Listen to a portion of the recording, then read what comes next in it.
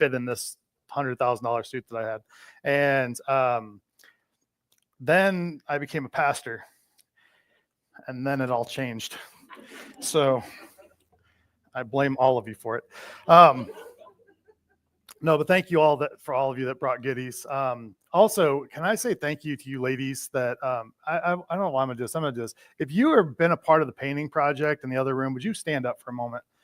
I wanted to say thank you to you. I know like this would be super awkward. Like I called you out in front of everybody. I'm getting the dirty looks. There's Sean. Where did Sean go? She was here. Oh, she's back there. Okay. Yeah, right. Absolutely. And I'll tell you, thank you. I'll tell you why I actually feel like I needed to do that. Did y'all, that first song we did, the backdrop of that sunrise, sunset or whatever, if you have not been in the other room, there's one of the paintings that looks just like that. It is absolutely gorgeous. And it's so, yeah, definitely a step in there. Sandy is not here this morning. She's also been very involved in that. And so I can pick on her and say, well, that's what you shouldn't have missed this morning. I think she's with, for those of you who don't know, Joe and Sandy, when they got married, Joe was a part of a church in Dubuque, and Sandy obviously was here, and we win most of the time, but every now and then they want to go say hi to their friends over there, and I'm so glad they can do that. It's such a great church over there, Pastor Lauren, just an awesome place, and so it's exciting for them to be able to go back and see everybody. So we are on week 4 of our series called United. It's a study of the book of 1 Corinthians, and 1 Corinthians is a letter that was wrote by the Apostle Paul to this church because he's dealing with some issues. Now, Paul starts a number of churches. This is actually his 9th church that he plants. We use the word plant. That might be a weird term. This is a church plant. It means like it was started from nothing, and with the intention that it would hopefully grow. I'm very grateful that this church does not look like Trinity's lemon tree from last week. Which is growing but not producing. So if you were missed last week, then that doesn't make any sense. But for those of you that were here, there you go. But no, so Paul plants this church. It's his 9th one, and it gets going pretty well. Things are running really smooth. And then Paul checks out, leaves them in good hands with a team of people that will lead that church, goes off to Ephesus, starts a new church, and then word comes to him, hey, you got an issue. There's a problem in the church. And so Paul writes this letter to address it, and he wants to confront the issues. So this morning, if you have your Bible with you, open up to 1 Corinthians chapter 3. We're going to finish that one up and then go in and get through 4 today. If you want to use one of the Bibles in front of you and under the chairs, you can just turn to page 648 in the house Bible. We'll get you the same spot.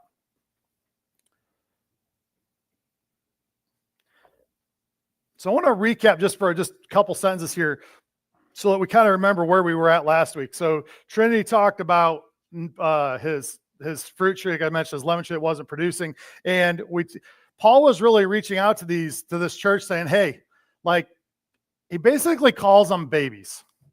He basically refers to them as being babies. He's like, you guys can't handle things. You're handling them very poorly. And he basically says you're spiritual babies.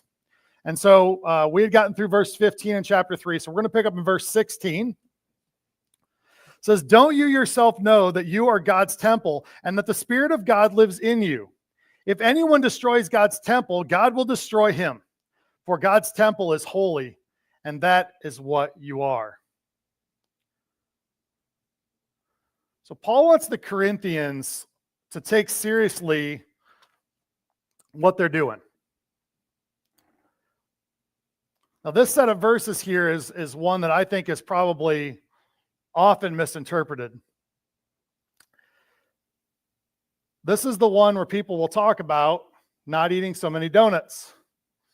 It's funny that I started with that. I actually forgot I was going to talk about that. But it's this idea that it says, well, don't you know you are the temple? And so we're like, and everybody reminds me like, hey, don't you know you're the temple? And I always respond the same way.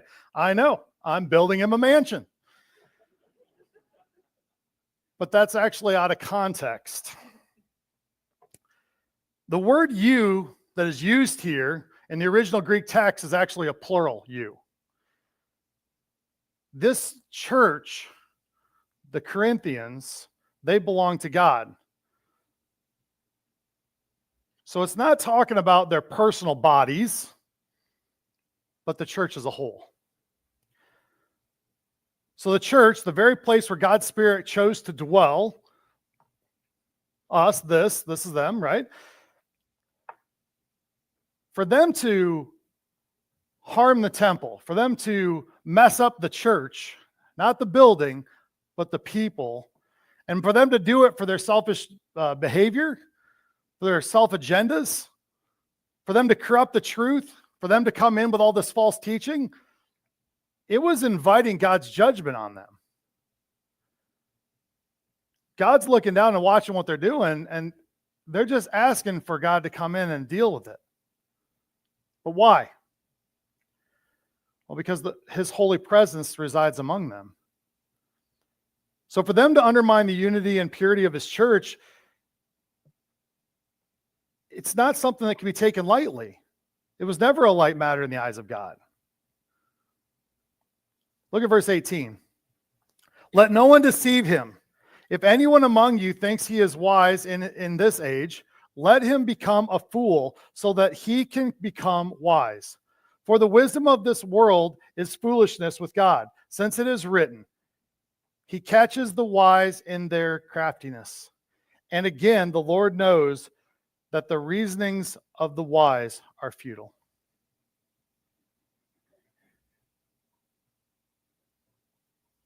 So Paul wants to make sure that no one deceives themselves by operating according to their human wisdom.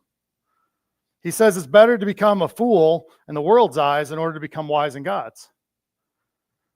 The wisdom of the world considers everything from an earthly perspective. It has no place for a supernatural view of reality.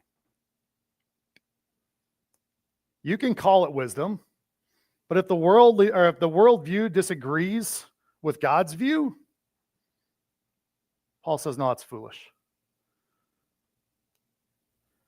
Now in the text here, Paul points to Job 5:13, and he points to Psalm 94:11. Paul wants to articulate the truth that God's thoughts are far superior to any craftiness and reasoning of any human. Even those whom the world considers wise, the Lord can overturn their so-called wisdom and expose it as foolishness. For us to have wisdom, it comes from God's hands. Look at verse 21. So let no one boast in human leaders, for everything is yours. Whether Paul or Apollos or Cephas or the world or life or death or things present or things to come, everything is yours. And you belong to Christ, and Christ belongs to God.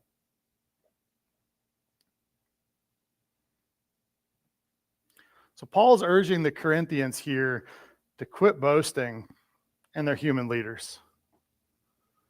Quit boasting that you follow Apollos. Quit boasting that you follow Cephas. Quit boasting that you follow Paul.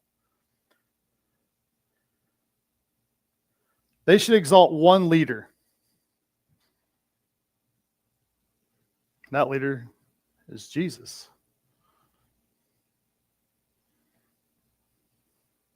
So for them to exalt one leader over another, it's causing division. Paul says they belong to Christ and Christ belongs to God.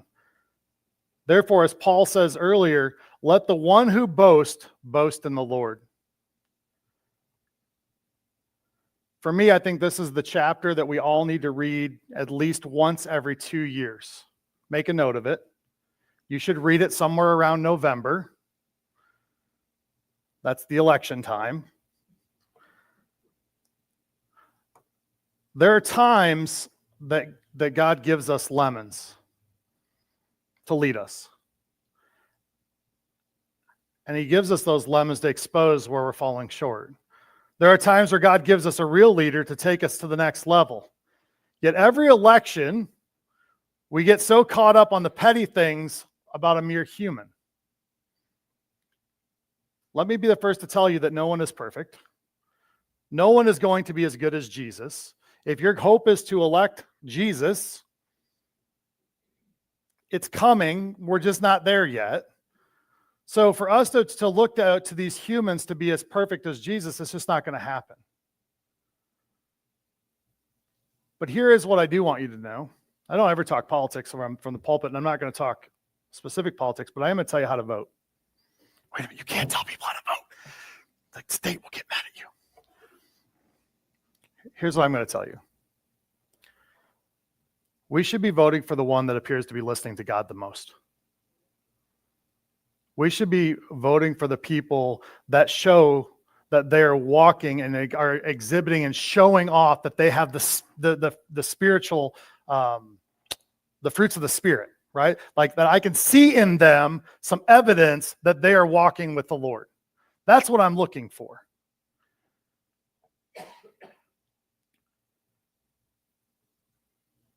I know that when we look at our leaders in our country, that we often look for them and we want to pick them apart, and rightfully so. We should be looking diligently. I think that it's also very easy for us as Christians to look at them and say, yeah, but I remember like 25, 30 years ago, don't you remember when they did this? I promise you that if I look in any of your lives 25, 30 years ago, if you're that old, you have a this. You have something. But I also would like to think that you are not the person that you were 25 years ago. I know that I'm not. And praise God for that. And so when we look to our leaders, we need to be looking to them and going, who are they today? What is the fruit today? What have we seen? Not just because they announced and they're going to lead and they're going to run, you know, they're running for election. So they put on their I'm perfect face. Look beyond that. But who is really in their quiet time, in the parts when the cameras aren't around, who appears to be walking with the Lord? There are going to be many who are going to come with smooth speech and feel-good messages. But the one that fears God, the one who shows evidence to be walking with the Lord, they should be the one that we vote for, because they will let God lead them. Now, why did I tell you all that?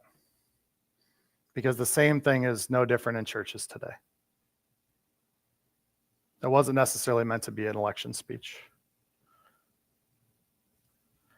There are many people who will come with flashy speech. There are many people that will come with flashy things. I'm so grateful that this morning that we had a sound problem and the thing wouldn't play, because it proves my point. None of that really matters. All the flash and all the perfectness, guess what? We're a broken people. Things don't work. There are times where things aren't going to go right. Okay. God still reigns. But when it comes to people who lead, as Paul is saying here, sharing you not because I'm hoping that you're going to go out.